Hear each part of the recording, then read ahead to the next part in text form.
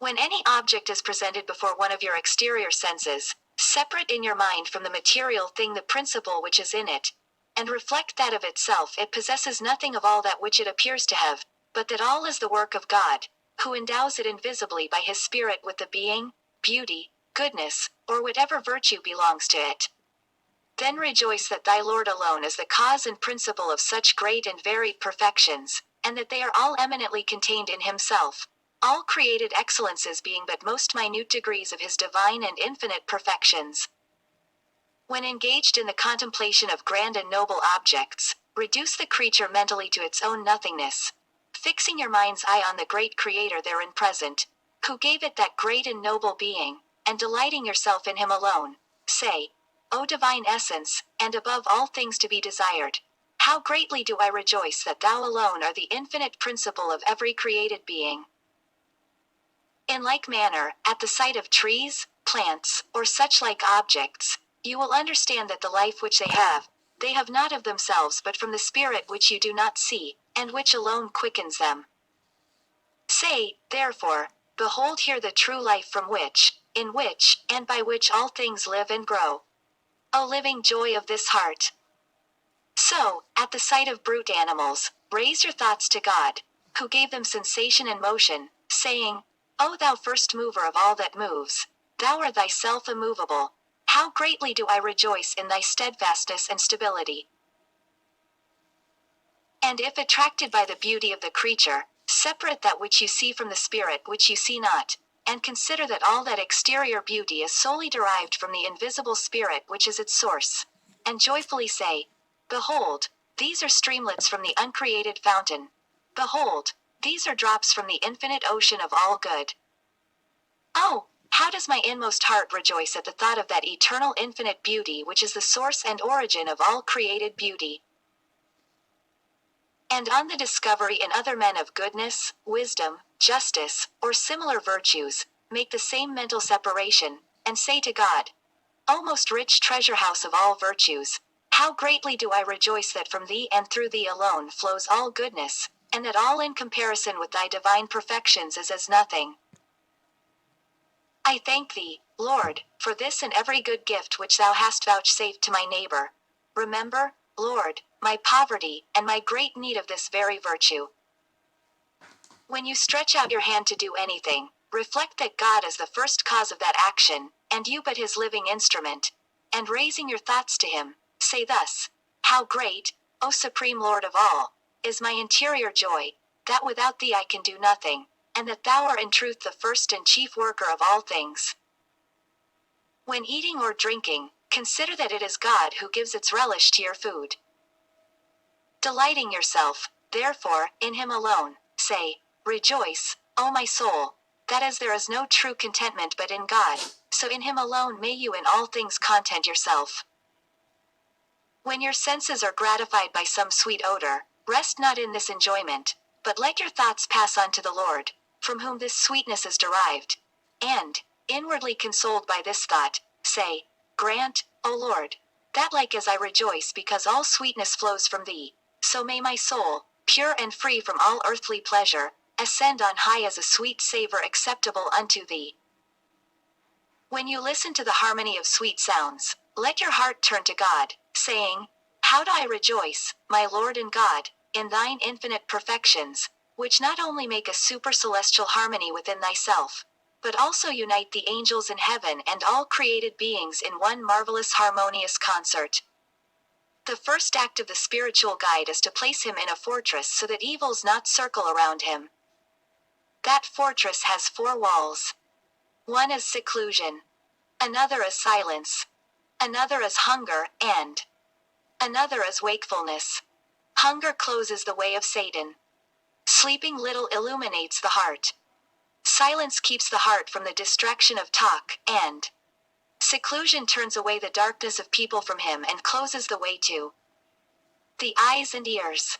Saul Tustari, may God have mercy upon him, says, The saints who have become saints became so by seclusion, hunger, silence, and wakefulness.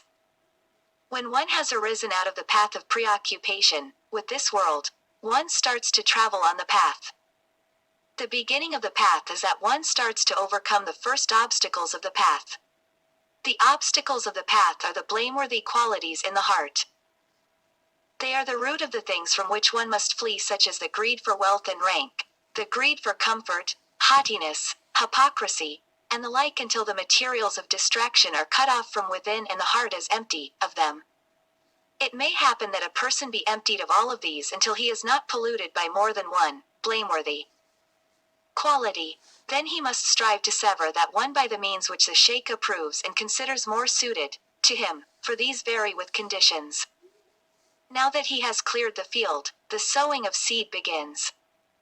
The seed is the remembrance of God Most High, since he has been emptied of all except God. Then he sits in seclusion and continually recites Allah, Allah in his heart and with his tongue until the time when the tongue falls silent and the heart begins to speak. Then the heart, too, ceases to speak and the spirit and meaning of the word overwhelms the heart. The significance is not in the letters. It is not Arabic or Persian, for speaking with the heart is also speech. Speech is the sheath and the husk of the seed, not the seed itself. Then, the import of that must become firmly established in the heart, dominating and victorious, so that the heart not be forced to that state. Rather, it should become like a lever from which the heart cannot be held back by force. Shibli said to his disciple, Husri, if from Friday to Friday when you come to me you let anything pass in your heart other than God Most High, your coming to me will be unlawful.